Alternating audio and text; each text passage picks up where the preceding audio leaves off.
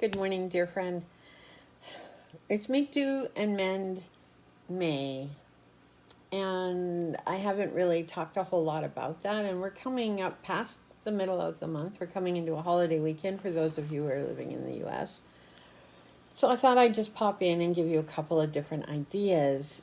One of the sections that I continue to look at is the fiber world that I lived in my crafts. So I do have a few notes I'm going to check in on here today.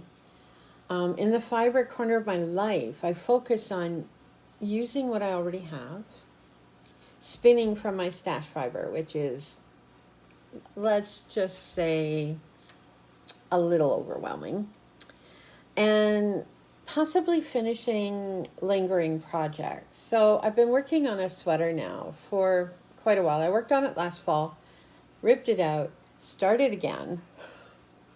Anyway, it's continuing, so I'll pick it up from time to time. I am still working on socks. I have one sock to finish before the end of the month, and I think I can do that.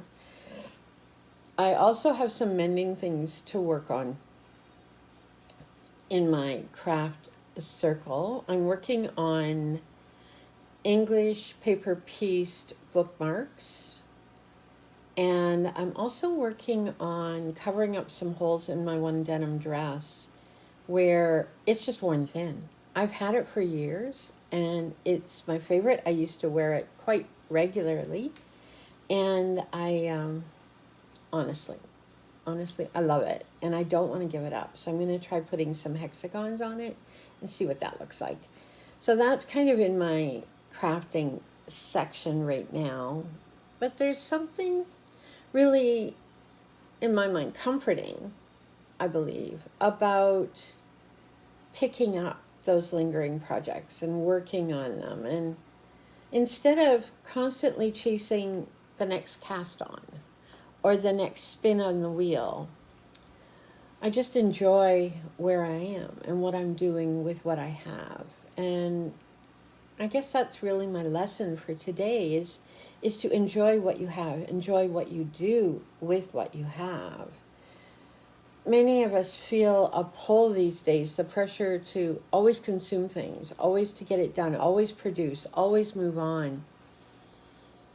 But what about as we take care of ourselves, as I call it, have self-ministry moments? We relax, we take deep breaths, we light a candle, we enjoy our tea, our coffee, whatever, and say, for the next few moments, I'm just going to be. And I pick up my knitting, or I listen to some music while I'm knitting or spinning. Earlier this week, when the temperatures were more like summer than spring, we were outside and I was able to spin outside and I was able to knit outside. It's such a wonderful feeling to be in the fresh air. Well, I make do with what I have. So there's never a feeling of I don't have enough, because, oh my goodness, I have more than enough. I have enough to share. It's not about not having enough. It's not about the fear. It's about enjoying moments when we can. We have to stop being pulled left, right, and center. Maybe what we have to do is just continue. What about you? Are there projects that are on your shelf or by your chair that you haven't picked up in a while and you're going, maybe I should work on that? Maybe I could work on that, would be the better way to put it. Or maybe it's time to frog something, to rip it back, right? Rip it, and start over. Or maybe it's time to share it with another knitter. There have been times when you're working on something and it's not coming together for you.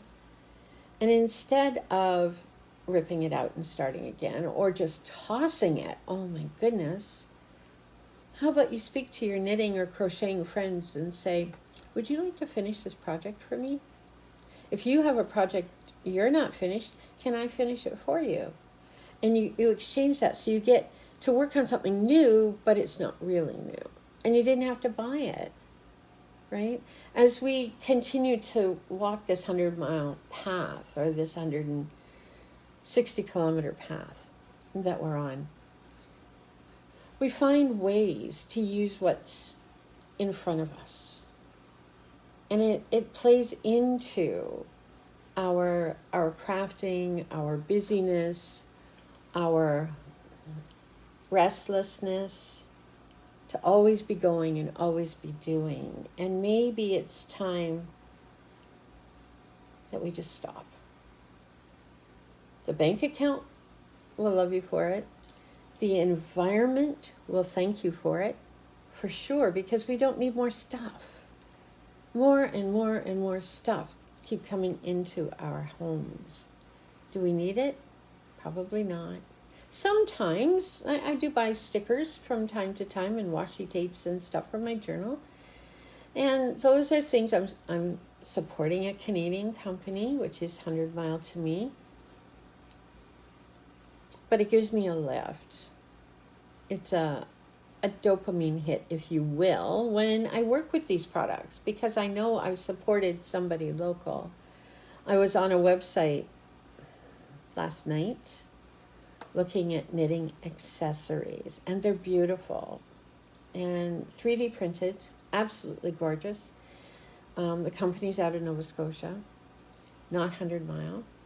It's like, oh, I'd really like those. They're so pretty, and it's like, but that's outside of the rule. Do I need it? No. Would I like to support another Canadian company? Of course I would. And I hate to say this, but I can no longer support purchasing anything south of the border because of the horrendous shipping costs and the high cost of the tariffs and the tax and perlator fees, or whatever the fees are. It triples or quadruples the price of something, and budget-wise that doesn't make any sense. And at some point that may shift again, and wouldn't that be lovely, right? But for now, I try to stay within my 100-mile circle. There's deep roots here, and we're planting deep roots here. That's the whole idea. It doesn't matter where you live in the world. Just look at that circle, that 100-mile. Make do with what you have. Mend what you have. Don't be throwing things into the landfill. If it's something that's compostable, that's completely different. Try that on for size, but repair what you have. There's nothing wrong with that. I had a denim dress on yesterday. I really, really like it. It was smart looking on me, somewhat professional looking, a little bit longer, buttoned down, fitting well, and I spilt mustard on it, and I thought, oh, my heart just sank.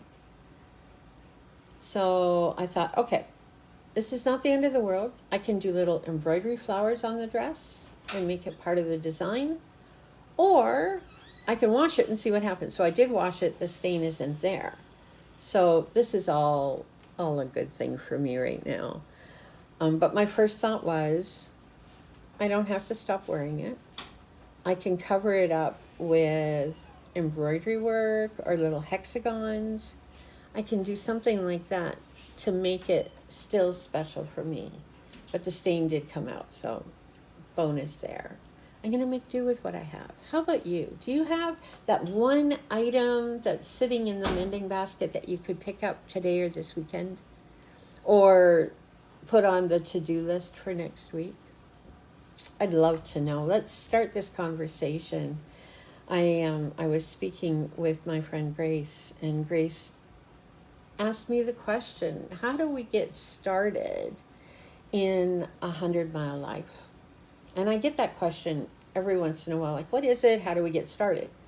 So I'm going to be sharing bits and pieces of this as we go along with new videos that are going to be coming out. But basically, you take a map and you find your radius. Where is your 100-mile or 160 kilometers? And then try to purchase things that are created, that are grown, that the meat is raised or produced within that circle. And that'll give you an idea. And I've said this before, but the struggle with me is that a large part of my circle is in Lake Ontario and Lake Erie. So I stretch my circle just a little bit on north and south so that I can make it make sense to me. But for now, that's your tip of the day. Get that circle, right? Mark off in that circle all the places where you can shop or order from to stay within that 100-mile path and start building those deep roots. So make do with what you have, mend what you have, but let's keep our crafts as budget friendly and healthy as the food that we eat. So for now, this is Granny Doll saying thank you so much for watching.